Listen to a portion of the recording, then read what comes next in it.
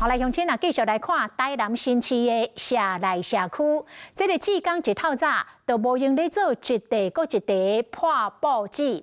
这咸咸芳芳的破报纸是上界难忘的传统的好滋味，真受到大家喜爱，嘛是老一辈的乡亲食酸雅解毒的好物件。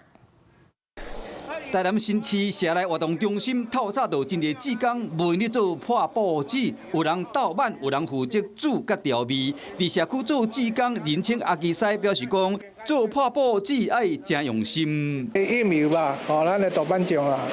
你讲来破你要控的，阮来拖到南门林内底做去控，爱控偌久？爱控2点半钟。为啥你爱控遐久？因为你控无够吼，食会涩，无好食。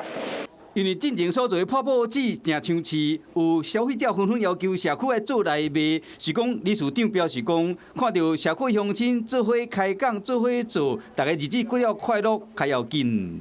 这些社区，大家欢欢喜喜安尼，大家做快乐食快乐、佚佗快乐。 因为破报纸是6月到7月这段时间才有，会当用来配糜、炊鱼啊、煎卵拢真适合，莫怪会遮抢市。 Hello， 我是林仙怡。想要抢先掌握最及时的新闻资讯吗？赶快订阅、按赞、开启小铃铛，锁定华视新闻 YouTube 频道。